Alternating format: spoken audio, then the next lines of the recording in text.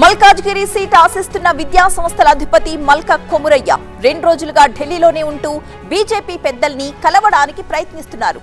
Peddapalli ticket కోసం ఢిల్లీలోనే మకాం వేశారు కొయ్యల ఎమాజీ. అసెంబ్లీ ఎన్నికల్లో ఎమాజీకి బెల్లంపల్లి టికెట్ ఇచ్చి చివరి నిమిషంలో మార్చేసింది బీజేపీ.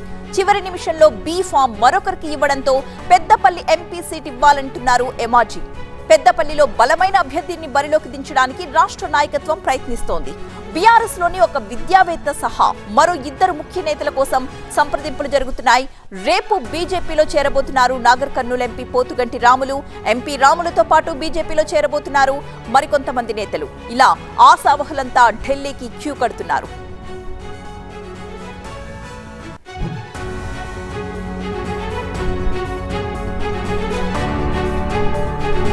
రేపు ఢిల్లీలో బీజేపీ సెంట్రల్ ఎలక్షన్ కమిటీ సమావేశం జరగబోతోంది. ఈ సమావేశంలోనే 100కి పైగా స్థానాలకు అభ్యర్థుల్ని ఖరారు చేసే అవకాశం కనిపిస్తోంది. తొలి జాబితాలోనే తెలంగాణ నుంచి 6 అభ్యర్థులు ఉండబోతున్నారు. 4 సిట్టింగ్ ఎంపీల్లో 3 సీట్లు ఖరారు చేసే అవకాశం ఉంది. 3 సిట్టింగ్లతో పాటు మరో 4 స్థానాలకు అభ్యర్థుల్ని ఖరారు చేస్తారు. ఒకవైపు అభ్యర్థుల ఖరారుపై BJP central election committee focus పెడితే, మరొక వైపు తెలంగాణలో ఎన్నికల శంఖారావాన్ని పూరించడానికి సిద్ధమవుతున్నారు ప్రధాని మోదీ. మార్చి 4-5 తేదీల్లో వరుసగా 2 రోజుల పాటు తెలంగాణలో పర్యటించబోతున్నారు. మార్చి 4న ఆదిలాబాద్, 5న సంగారెడ్డిలో పర్యటిస్తారు ప్రధాని. అధికారిక కార్యక్రమాలతో పాటుగా ఎన్నికల ప్రచార సభల్లో కూడా పాల్గొనబోతున్నారు మోదీ.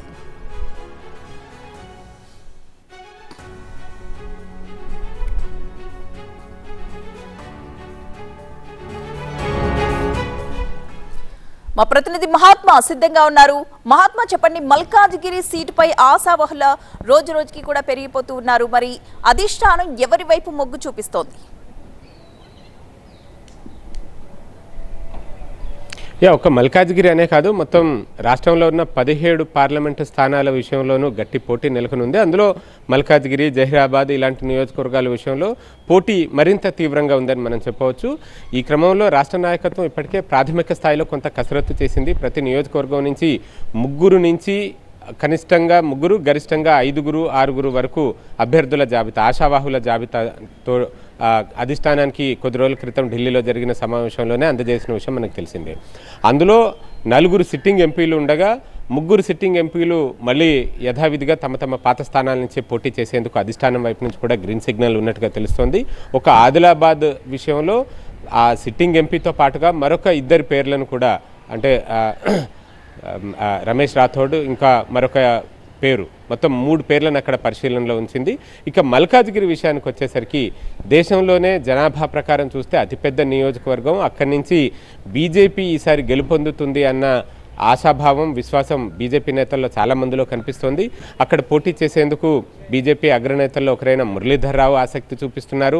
అలాగే రాష్ట్ర స్థాయిలో సీనియర్ నేతగా ఉన్న ఈటెల రాజేందర్ ఆసక్తి చూపిస్తున్నారు.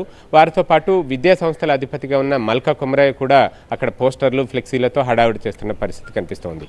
ఈ 3 కాదు, ఇంకా మరికొంతమంది నేతలు కూడా ఆశావాహుల జాబితాలో ఉన్నప్పటికీ ఈ 3 మధ్యనే ప్రధానంగా పోటీ నెలకొన్నట్టుగా తెలుస్తోంది. మరి వీరిలో అధిష్టానం ఎవరి వైపు మొగ్గు చూపిస్తుంది, రాష్ట్ర నాయకత్వం ఎవరికి ఎక్కువ సిఫార్సు చేస్తుంది అన్నది చూడాల్సి ఉంటుంది. రాష్ట్ర నాయకత్వంలో ఏకాభిప్రాయం కుదరకపోయినా ఫైనల్ డెసిషన్ మాత్రం బీజేపీ జాతీయ నాయకత్వం తీసుకుంటుంది. రేపు బీజేపీ సెంట్రల్ ఎలక్షన్ కమిటీ తొలిసారి భేటీ కాబోతోంది ఢిల్లీలో. ఈ భేటీలో దేశవ్యాప్తంగా ఉన్న 543 స్థానాల్లో 100కు పైగా, 100 నుంచి 200 స్థానాల మధ్యలో అభ్యర్థుల్ని ఖరారు చేసే అవకాశం కనిపిస్తుంది. అందులో తెలంగాణ కూడా ఉంది. తెలంగాణలో 3 సిట్టింగ్ స్థానాలు పోను మరొక 3-4 సీట్లకు అభ్యర్థుల్ని, అంటే ఎక్కడైతే రాష్ట్ర నేతల మధ్య, కేంద్ర నేతల మధ్య ఏకాభిప్రాయం కుదిరిన సీట్లు ఉంటాయో ఆ సీట్లని అనౌన్స్ చేసే, అంటే క్లియర్ చేసి ఓకే చేసే అవకాశం ఉంది. తద్వారా తొలి జాబితాలోనే మొత్తంగా 6-7 సీట్లు తెలంగాణవి ఉండే అవకాశం ఉన్నట్టుగా మనకు సమాచారం అందుతోంది. అయితే ఈ పరిస్థితిని దృష్టిలో పెట్టుకుని ఆశావాహులంతా వరుసగా ఢిల్లీకి క్యూ కడుతున్నారు. అధిష్టానం పెద్దల్ని కలిసి తమ బయోడేటాలు ఇవ్వడం, తమకు టికెట్ కేటాయిస్తే గెలుపొందే అవకాశాలు ఎక్కువగా ఉన్నాయని సామాజిక సమీకరణాల ప్రకారం చూసుకున్నా, ఆర్థిక వనరుల ప్రకారం చూసుకున్నా ఎవరికి వారుగా తమ ప్రయత్నాలు చేసుకుంటున్నారు. ఆ క్రమంలో పెద్దపల్లి కూడా ఒక కీలక నియోజకవర్గంగా మారింది. రిజర్వ్డ్ నియోజకవర్గమే అయినప్పటికీ అక్కడి నుంచి తొలుత సిట్టింగ్ బీఆర్ఎస్ ఎంపీగా ఉన్న వెంకటేష్ నేత బీజేపీలోకి వస్తారన్న ప్రచారం జరిగింది.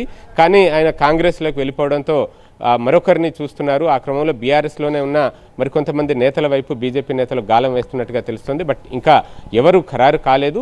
మొత్తంగా అయితే ఒకవైపు రాష్ట్ర స్థాయిలో కసరత్తు జరుగుతుంది. రేపు జాతీయ స్థాయిలో కేంద్ర ఎన్నికల సంఘం అదే బీజేపీ సెంట్రల్ ఎలక్షన్ కమిటీ కూడా భేటీ కాబోతోంది. Right, thank you Mahatma.